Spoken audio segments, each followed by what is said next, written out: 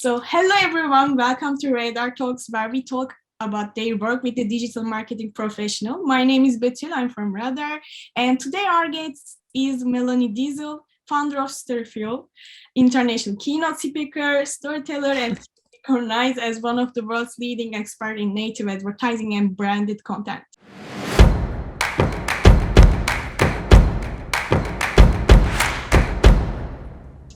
So first of all, I would like to say thank you, Melanie, for accepting our invitation. It's a great honor to have you here. So how is everything for you? Everything's good. Thank you. Thank you for having me. I'm glad we get to chat a little bit today. It's always nice. We're spending so much time inside to hop on video and talk.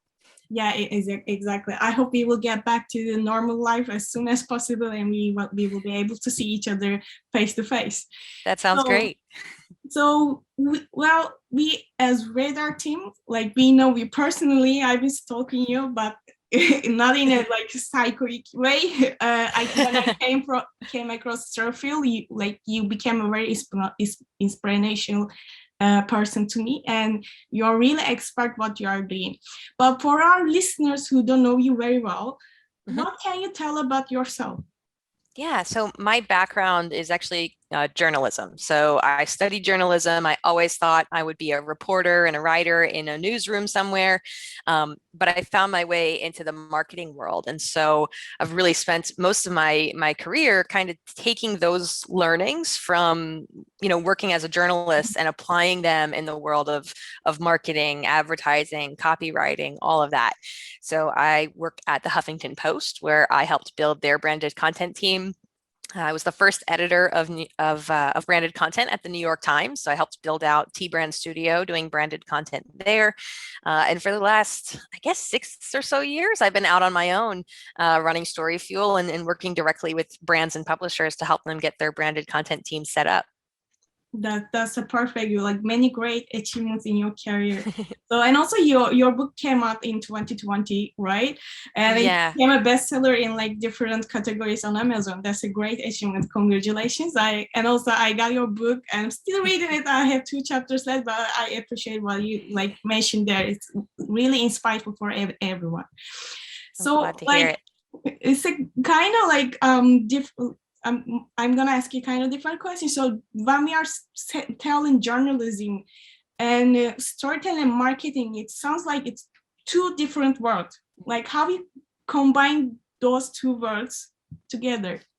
So I think one thing that's really helpful is when you study to be a journalist, you spend a lot of time talking about how to make your content credible. How do we make our audience believe us? How do we make sure we have enough sources? How do we make sure we're telling the truth, And I think that's one thing that carries over really well to working in content and marketing because as a marketer, it's really easy to kind of get caught up in your own brand story or your own taglines and kind of forget that at the core, we still need to earn the trust of our audience. And so, learning how to interview sources and bring in outside experts, all things that come really naturally to journalists is really helpful when you're creating sponsored or branded content. So that's one thing that works really well. The other thing that works really well is as a journalist, your work, you can't be precious about it because it's going to go to an editor who's going to make changes. They may have to make changes to make it fit in the newspaper or the magazine or on the website. And sometimes they scrap the piece. You did all that work and they're like, well, we can't run it after all. So it makes you work really well under deadlines and be really open to change and feedback, which, as we all know, is really important when you're working with brands. There's often a lot of people that have opinions to share and to be heard. So those skills in particular come in really handy when you make that shift from journalism to marketing content. Yeah, I think that's a great journey. So when we were talking about content, so my next question is about content marketing. Basically, what is content marketing? Yeah, so content marketing, it can be kind of a buzzword that is used in a lot of different scenarios. But at the most basic level, We're talking about creating content of some kind that is intentional and that aligns with your marketing or sales strategy.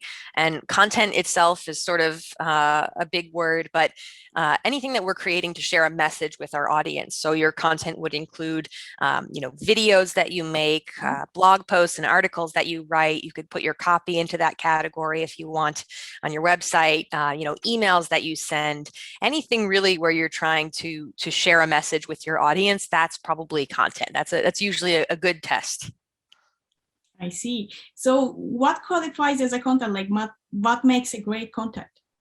Oh my goodness, there's a lot of things that make great content, but I think the best thing to think about is what do you love about the content that you consume as a consumer, right? What are the shows that you watch, or the podcasts that you subscribe to, or all these different things? What makes you decide to keep coming back and watching and reading and listening? You can kind of follow your gut on that one, but a few things you want to keep an eye on. I mean, first, like we mentioned before, you always want to tell the truth. People can see through it if you're not being honest and transparent. And so it's really helpful to keep yourself honest and make sure that you're not exaggerating in your marketing content. You also, it's helpful when you can bring in outside sources. So, if you're speaking to your customers or your vendors, or, some outside party, an expert of some kind, to validate what you're saying, that can help make the content much more believable. But the other thing that we sometimes forget in marketing is that tension is often at the core of really compelling stories. It's why you come back to watch a show each week as new episodes are released, because there's some unknown thing. There's a cliffhanger. There's an unanswered question. There's some tension there, right? Everything is not resolved. And so a really good idea when you're creating content is to ask yourself, why should our audience care about this? Like, why should they care? Why should they be excited for the next one? Why should they decide that it's worth their time? And finding that tension, what is it that the audience might be trying to avoid? What negative outcome are they trying to avoid? Or what positive outcome do they want? And why is that outcome so important? Or, what problem are we helping them solve? If you can kind of get to the core of that tension, and keep that in mind as you create your content, I think it makes it something that your audience is much more excited to engage with. That's a great advice to anyone out there who's interested in content marketing. And I never thought about like attention would be super important in terms of content marketing. Yeah. So like, let's say I have a brand, or like as person, I am like influencer or blogger, whatever I am, on social media, in digital sector. So do I need to constantly create new content every day or every week? So I think it's actually more important that you do it consistently than that you do it frequently. So you may not have to create every single day, but if you go silent for a few days or a few weeks, your audience might be concerned. They may unfollow. They may think that something's happened to you, right? So I think it's more important that you come out consistently, even if that's not very frequently.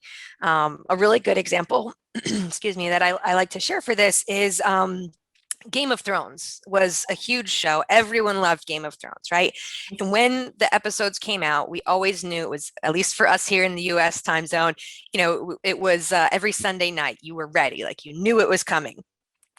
If 1 week they just didn't do it, everyone would be left confused and upset and frustrated because the pattern was broken. And because it was so good and we knew what to expect, we were okay, I mean, kind of okay, waiting a year or a year and a half for the next season, because we knew when they start up again, we get that episode every single week. So it's okay for you to take a similar approach with your content.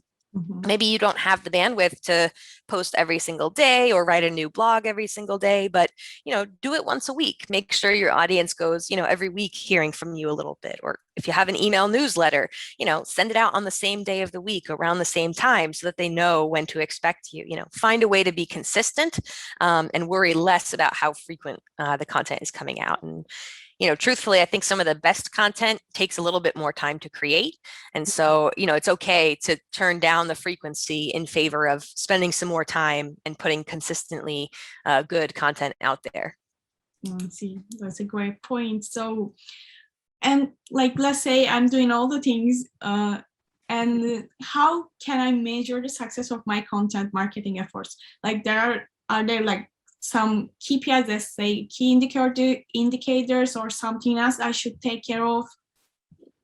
Yeah, there's a couple categories actually, and it really depends on your goal with the content. So that's one thing that is sort of key in all of these things we're talking about is you need to create content with purpose. Like you have to create it for a reason. You have to know why you're creating it and not just content for content's sake. So depending on what that goal is, if you're going for awareness or you're trying to build engagement with an existing audience or you're trying to convert, whether that's like a purchase or a sign up or a subscriber, those are the three categories: awareness, engagement, and conversion. And the metrics that you look for will depend on which of those is your goal falls into. So if you have an awareness goal, you're trying to grow your audience, you're trying to reach lots of people, then you want to look for any metrics that indicate someone has seen your content. So that could be things like impressions or views. It could be like a impression ratio, how often are you showing up? You might even look at something like a click-through rate, if people are seeing it, how often are they then clicking over to actually view it? So you want to indicate anything that indicates someone saw this stuff. That's really what you're going for. If you if you're going for something that's a little bit more engagement oriented, you have an audience, or maybe you're growing your audience still, but you want to keep them engaged, then you want to show anything that has demonstrates action. So how engaged are they with your video? That could be how many views did the video get? It could be how many people watched it 50% of the way through, how many people watched it 100% of the way through, how many people upvoted or liked your video, how many people commented on the video. All of that would indicate like someone's really engaged, they took an action. So that's what to look for. Actions is what you look for if you're going for engagement. And then if your content is really aimed to create a conversion, then the key metric for you is going to be how many of that conversion did you actually generate and how efficient was it, right? So if you got maybe we got 100 people viewed your video, but only 2 watched it all the way through, that might not be the best, right? So you may be wanting to optimize, but yeah, you can look for whatever that conversion is. So if you're tracking signups or registrations or purchases or add to cart or whatever that conversion is for you, that's what you want to look at, and then look at that ratio to see how you can optimize for more conversions. I see. So like we can basically say that like we firstly need to focus on what we are aiming for with our content, then focus on the KPIs and key indicators. Okay. Yes, exactly. So I'm moving into the other topic, which is storytelling. And I will ask you basically, what is storytelling? Oh my goodness, it's such a big word, right? We use it so many different ways. Exactly. I think in the context of marketing, usually what we mean is telling some kind of compelling story that the audience can connect to, giving them a beginning, a middle, and an end, or giving them a hero, going on a journey. There's a lot of different structures, but the idea being we want people to feel like they're experiencing the content themselves, put themselves in someone's shoes or feel like they've witnessed something interesting. And usually that requires the beginning, middle, and end, or the tension that gets resolved. You can think back to, your literature courses and all those different structures we learned about with, the hero and the conflict and the resolution. All those different structures come into play, but really it's tapping into the fact that it's hard for us as humans to remember a list of facts. If someone just gives you a big string of numbers or a list of facts, statistics, it'll be really hard for you to remember. But we can recap the plot of a show that we watched very easily because it had a beginning, middle, and end. It had characters, there was tension and then resolution. Those elements of a story, that's really how our minds work. And so finding those kinds of elements to bring into your content, a character, for example, might be your customer, and you're telling the story of the problem the customer had, that's your tension. The way that they tried to solve it, we're building the tension, and then the way that we were able to help them solve that problem, there's your resolution. So you got your beginning, middle, and end. It just is a way to make our content more memorable, and hopefully more engaging as well. I see. It's always like, for me, it's always been confusing for me because like like you say, storytelling has many different definitions. And when I'm even thinking about storytelling in marketing, I'm thinking about like stories when I was hearing from my mom, grandmom, and everything when I was Yeah. a child. It's and it feels like same actually. Like Yeah. we Well, are, a yeah. lot of our stories that we hear as children are about our family history or, something that our families have experienced. And a lot of the stories we tell as marketers are about, our company's history or the past clients we've worked with, our success stories. So it is very similar. It's like passing along those different experiences that you've had as a brand or as a personal brand and sharing those with others. Yes, correct. So when I was reading your book, there was a like in the very beginning, you were mentioning about creative geniuses.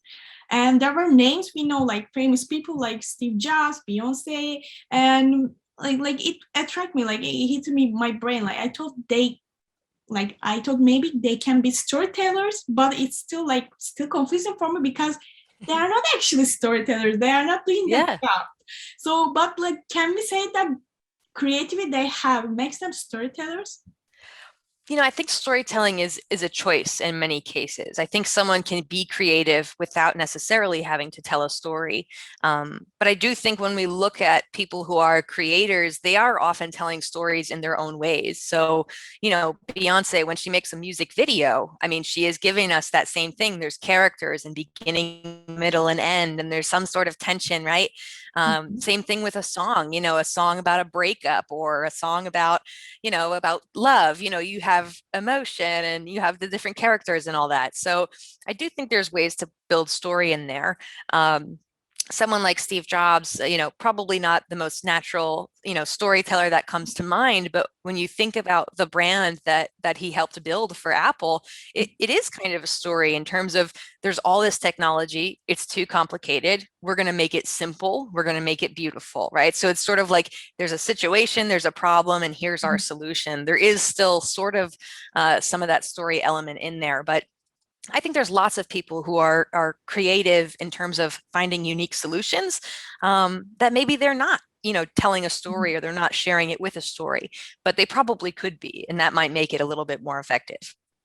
I see. So can we say that like we are talking about way different storytelling, like storytelling marketing, what people like famous people are doing? It's a very different two things. Well, I guess so. Yeah. I mean, I think our goals are different, right? So when Beyonce is creating a music video, the goals I imagine is, she wants to, drive people to buy the album or, get people entertained, make them share the content. And many times we have similar goals with the content we're making. If we're making a product video, we also want people to be entertained and to come make a purchase and maybe to share it with someone who might also like that product. So I think I think there's a lot of differences just in terms of how they come to life and who's involved. But I do think at the end of the day, most of us who are creating content of some kind, we do have some story sprinkled in there somewhere. I see.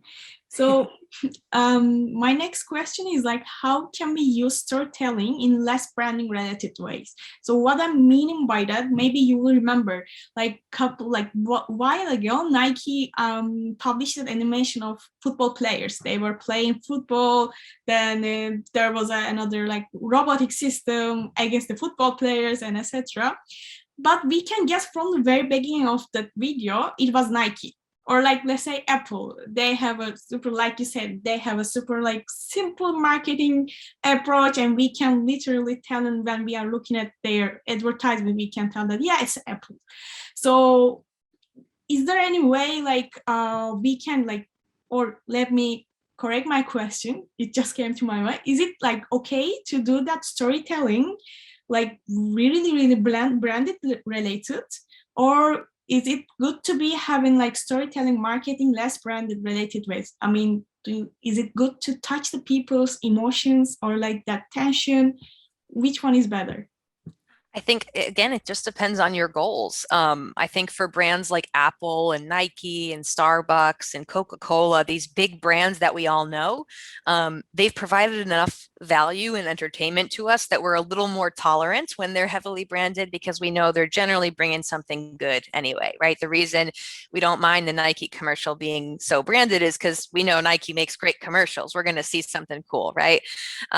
I think as a smaller brand or a personal brand, you may have to earn that a little bit. If someone's not familiar with you and you just start selling or being overly branded right away, it's kind of, people aren't really attracted to that. I give the example of, if you were at a party and someone walked up to you and just started talking all about themselves and didn't ask any questions about you, didn't listen to you at all, you probably wouldn't want to spend much time with that person, because it was all about them. But with a brand like Nike, I mean, they're having those conversations over time with their audience so that they know what the audience wants to hear about. They know what stories they should tell at that party, right? Yeah. So I think it's a balance, right? Really branded storytelling like that can be incredibly helpful for, showing your values as a company, showing the causes that are important to you. Um, and it's good to have your brand in there when you may be talking about something that's not inherently product related. But I also think a lot of product videos add a tremendous amount of value, even if they are heavily branded. So just as an example, if I have a coffee maker and I'm having trouble with the coffee maker and I'm watching a video to see how to fix it, that's very, very branded, right? Product is all over the place, but it's providing a lot of value because I need to fix it. I need their help to fix it. So don't be afraid to include your brand. I think we just have to balance branding level and the value level. As long as they're fairly even, it's okay to have high value and high branding. But if you have high branding and no value, that's where you get into, more of a conflict, I think. I see. But can we say that it's like also okay to do like to do that way, like value and the branding is like equal when we are doing brand storytelling marketing for any size of business? Yeah, I think so. I think you can. I think there are good examples, and they often turn into like viral videos when you see some small business had like a really funny commercial or a funny tutorial video or something. It doesn't necessarily matter the size of the business. I think you can approach it different ways. But coming back to that thing we talked about earlier, which is what is the goal of this piece of content? Typically, if the goal is something higher up in the funnel, so if you're looking for like awareness, if we want people to share it and we want it to be seen by a lot of people, typically a lower branding level, without if you're not Coca-Cola or Netflix or something, a lower branding level will help with that. Typically, if it's more branded, again, and we don't have that brand reputation to be that branded yet, it does hurt the shareability a little bit. So it's definitely a balance, but I think you can certainly try both. Play with your branding level and see what your audience responds to. Every audience is different. And there are some brands that, even if they're small, they have a very passionate audience who loves being proud of the brand. There are certain, brands of cars or different types of beverages that, someone's really proud and they love being, a super fan of that brand. So they wouldn't mind if it was more branded. You just have to really test it out and see what your audience thinks and how much branding they're willing to tolerate. I see. So another question. So you're mentioning, like in your book, you're mentioning about a, let's say, formula. Like when we are focusing on, like when actually not focusing, but like format plus focus together makes a great content. And you're also giving some examples on your book. And but when I check the examples, I see like the focuses are just only like one focuses in those examples. So Yes. my question is, like, in this formula, can we have more than one focuses, or should we focus on just one thing when we are designing our content? Yeah, so in the book, you're right. I walked through 10 different focuses, and these are like the lenses that you can use to examine your content. So, through the lens of history or opinion or data, for example. But yes, you can absolutely combine more than one. I think most content actually touches on one or two, or maybe even more. The idea with the book is to really kind of use it as a checklist to try to say, is there a way I could do it through this lens and this lens and this lens to kind of prompt yourself. Mhm. And as you come up with those questions, you can absolutely combine ideas and make something that includes several focuses and several formats at the same time. I see, but do you think that it's like I'm trying to thinking from the opposite side, like as an audience. Do you think like combining more than one focuses makes the audiences like confused or something else? I don't think so. I think there are some combinations that work really well. So, for example, if you were doing the history of cell phone use, Mhm. you're going to need some numbers in there in order for that to make sense. So it is both data and history, but together they provide more value by saying, in this year, this number or this percentage, right? They kind of work really well together.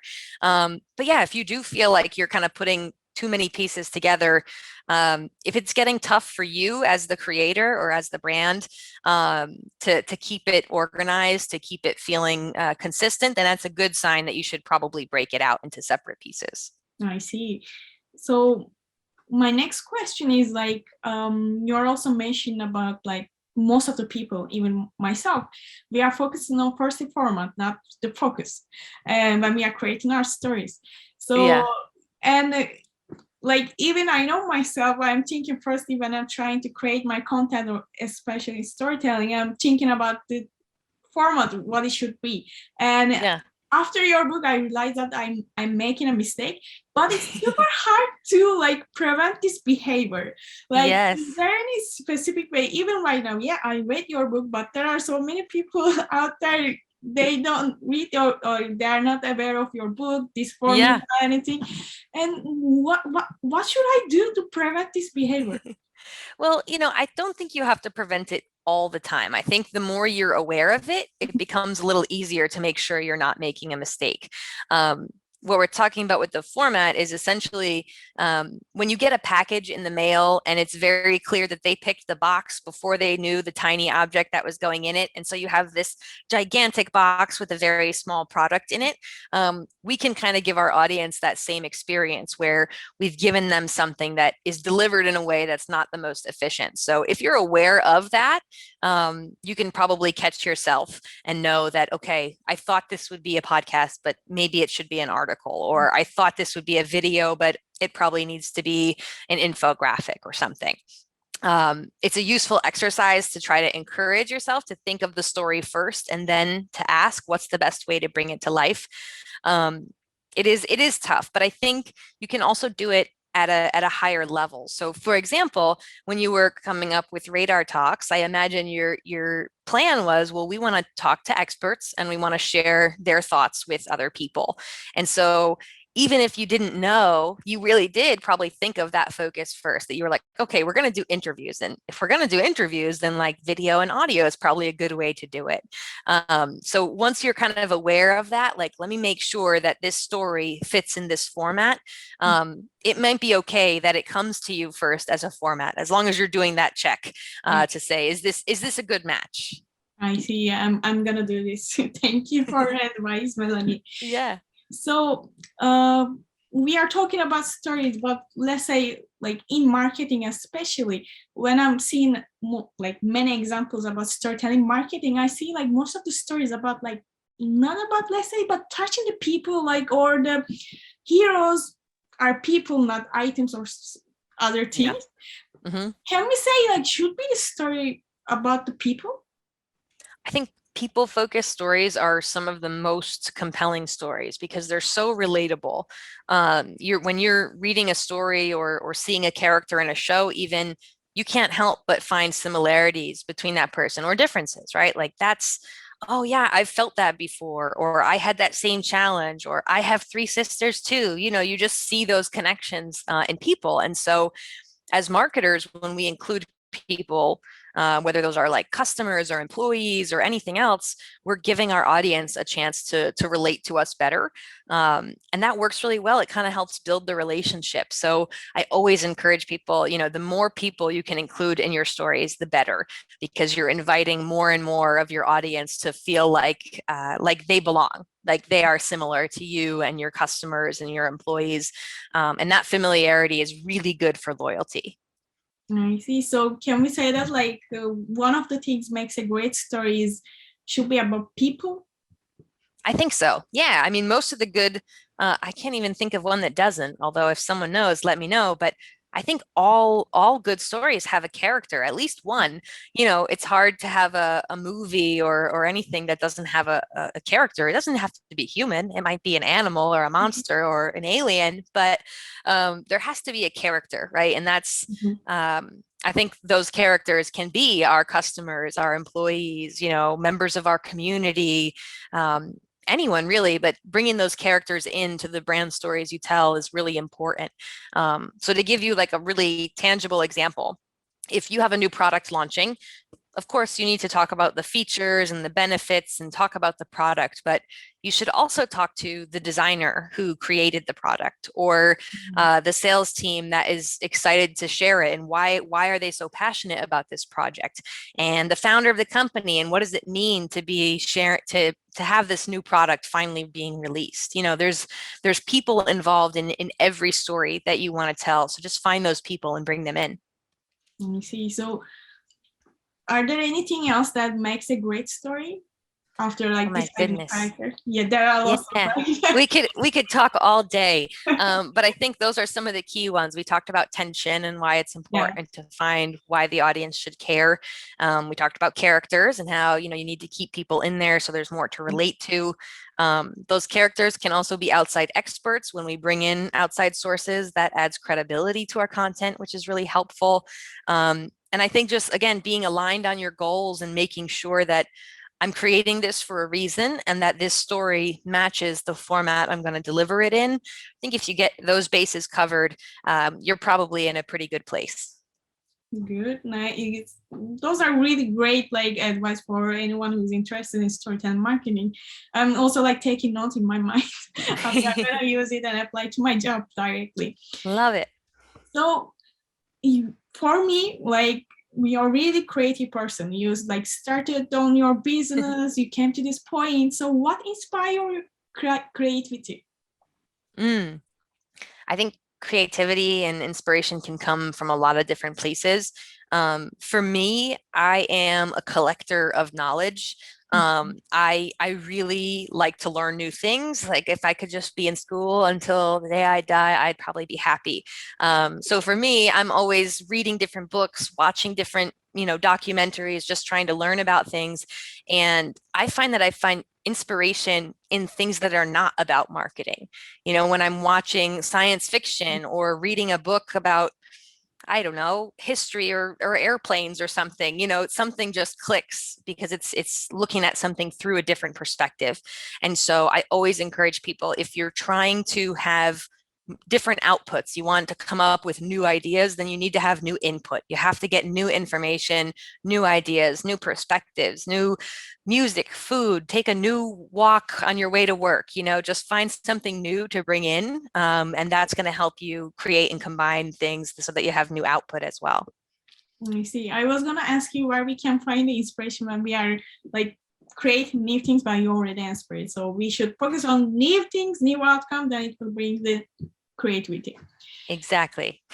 So what approach do we need to use when we are telling stories? So I know like there are some stories like or like storytellers are super harsh on the when they are telling the people, or there are like some I don't know, sad stories we should approach Yeah. this way.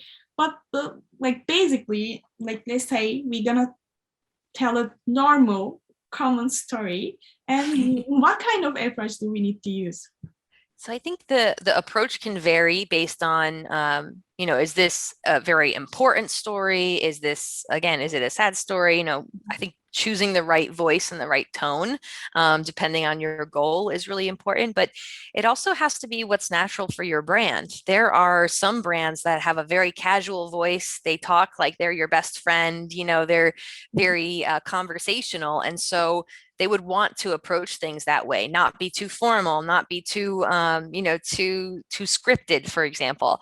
But if you are maybe working at a law firm, or you're a insurance or medicine, then you probably shouldn't be joking around about, medication or something. Like, you probably need to be pretty serious. So considering, what is the story that we're trying to tell, what tone and voice would be right for that. And then also just considering what's going to be right for us as a brand or your personal brand. For me, for example, I try to be very conversational with a lot of the content that I create. I want it to be approachable, and I want to make sure that it's not intimidating or making anyone feel left out.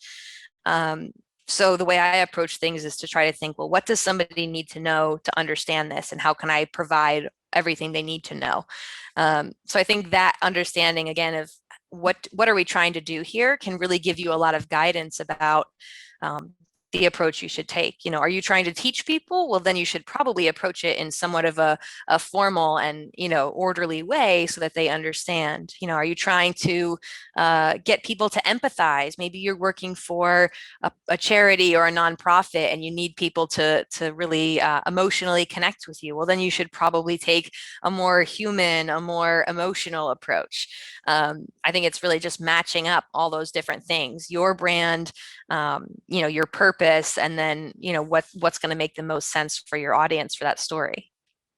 I see. So we already talked about like a couple of things related to my next question, actually, but I still want to ask you. So, like, do you have any advice or like suggestions for making sure our audience is engaged throughout our stories? So, like, we talk about, like, let's say indicators that we can measure, but is there any way that we can make sure that, yeah, they engaged and they touch our story touch their hearts, or Yeah. what we are aiming for? How we can ensure that? So I think bringing people in, like we talked about before, is a really good way to do that, because we want to kind of follow along. You want to root for a character, just like you do in a show or in a sport match. You want to root for a character or a team. So giving them someone to align themselves with really helps keep that engagement throughout. And also sprinkling that tension throughout. If the very first line of the story says, after 10 years they got the perfect product and now everything is great, well, then what more do I have to read for? I've already got the ending. It's like a spoiler. So if you can find ways to unwrap those different details bit by bit, rather than giving everything all at once, you keep people kind of wanting to know more. If you think of whatever TV show or film that you enjoy, there's always little reveals along the way. You learn more about the characters bit by bit, or the problem gets more and more complex. There's always like a little bit more coming. And as long as, again, that consistency, if you set that expectation, then people know, okay, if I keep going, there's going to be more payoff. There's going to be more to learn or more to benefit. So I think sprinkling the tension throughout, instead of just having like one tension point, is a really good way to keep people engaged from beginning to end. I got it. So my next question is, like, the storytelling in marketing really needs to like serve a purpose, or can we just say like, yeah, I'm doing this just like for, let's say, branding, or like to get more attention? But like, what I mean by purpose, like, let's say the purpose of the story should be, let's say, instructive, like, or like the didactic or kind of stuff. Yeah, I think it always has some sort of purpose, even if that purpose is, this is a story I really want to tell. This is just something I've been waiting to share with people. Um, yeah, I think you can take a lot of different approaches. And if you have something you just want to share, and maybe you can't find a way to fit it into your strategy, then call that an experiment, that we're going to do this one thing this different way and see how it goes. And if people like it, then maybe we do more like that. A lot of great things that we all know and love came from experiments just like that. I have shared this story a few times, but my book actually came from, I had a last minute request to do a workshop at an event where I was already speaking. So I already had one talk prepared and now I had to fill in last minute. So I was like, okay, I gotta come up with something. And I had this idea that wasn't fully ready. But I jumped in as an experiment. I shared it before it was really ready. And the feedback that I got in that workshop allowed me to refine it and get it to a point where it could be the fully formed book. So, sometimes just trying something new, trying something different, if you have the ability and you have the resources, could be a really good way to find something totally different that you didn't even know your audience would love. That's a really nice example. Like, so like, let's say like, of course, like there are some mistakes that we are doing as a storytelling in marketing. And what do you think about like, what are the some common mistakes that we are doing? I think not having a goal is probably one of the biggest ones. Many times we feel pressure, like I have to be on Twitter, I have to make a TikTok, I have to post a video every day, I have to post. And so it just kind of gets into a routine and you lose sight of your purpose or your goal. I think that hurts your content, of course. I think it hurts your audience because they're not getting your best work. But also, it hurts you as a creator. Nobody likes to spend a bunch of time creating things that don't accomplish your goals, that don't get the reaction you want. And so, keeping focus on your goal, I think, is really, really important. The other thing that happens often is people can feel like almost paralyzed by not knowing what to do. Maybe you feel overwhelmed. Should I be on TikTok? Should I have a video? Should I do a blog? And so I just do nothing because I don't know where to start. So if you're feeling that, like this is too much, I can't do it, my advice is always to just pick one and start small. You can always build up as you go. Start small. Do one blog post a month. And when you feel comfortable, do two a month and then three a month. Do it a bit by bit as you go. Again, it's more important that you do it consistently than frequently. So don't feel pressure to do everything all at once, everywhere. I think so many of us have amazing stories and content that we could be creating, but we feel afraid that we don't have enough. And so starting small and starting with the stories you do have and the content you do have the resources to create is a great way to build momentum and get to that point. Mm-hmm. Yeah, that's really, really true. Like we are always afraid about like taking that one step further and do that thing.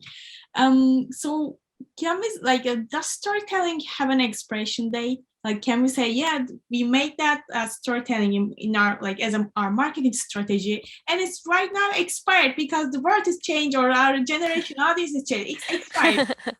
Right now we need to focus on the new one. Can we say that they have like expiration date? I think it depends on the value.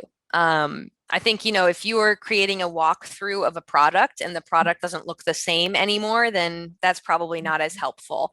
Or, a tutorial and you can't use that process anymore, that probably we shouldn't promote anymore. But many things are the same. The values we provide to our audience are similar. The good experiences our customers have had, those are still true. The history of our organization is still the same. The inspiration of our founder, a lot of those things stay true over time. I do think that a lot of us think our content is expired before it is. That, oh, I created this last month, so I shouldn't share it anymore. Not everyone in your audience has seen it. They weren't here last month, or they were on vacation, or they just weren't on Twitter that day. There's room to reshare your content. So I would say, while some content does expire, it's probably not most of your content, and it's probably not as much as you think. I see. That's a good point. I always think that they have an expression that I cannot reshare any like content that I made it before to the new. Oh no, keep sharing. Okay, I'm gonna do it. So this is gonna be my last question. Sure. So when it comes to startups, small businesses, like people who want to start using this marketing method, like storytelling, content marketing, do you have any advice you could share with them and with us? So I think we talked about a lot of things that Yeah. hopefully will be helpful. So I know we talked about not feeling pressure to be everywhere. Don't be intimidated. Find the way that is most natural for you to share content and lean into that. Do that, and then grow as you go. The other thing is to think a lot about what your goal is with creating content. And I know we've talked about goals quite a bit, but what I mean more is sometimes we're trying to solve a product problem with content. So if the problem is that no one is buying, let's first make sure that it's because they haven't heard of it and not because the product isn't good, or that's just not a market fit. Kind of making sure that we're using content for things that content can help with, like awareness and engagement and conversion. Those are some key things. And the other thing I would tell you if you're just starting out is please don't be intimidated by the quality of content that you see, the production value that you see out in the world. You are not, like we talked about, Netflix or Nike or Apple or any of these brands, and you don't have to create content at that level. That's not your audience's expectation, and it shouldn't be yours. Try to measure yourself and against others, peers in your space, and not, measuring yourself against these greats with, $100 million budgets every single month, when you are just you with your laptop. Yeah. So don't beat yourself up. Start where you are and build slowly as you go. That's a great. I like even right now. I'm relieved what I heard from you. Advice. I'm sure our listeners also gonna feel the same. Good. So like, thank you very much, Melanie, for being here with us. It's really mean a lot to us, and thank you so much for our listeners, viewers, to watching and listening to this episode of Radar Talks. And you can access other episodes from YouTube, Spotify, iTunes, and other podcast apps. See you in the next episode.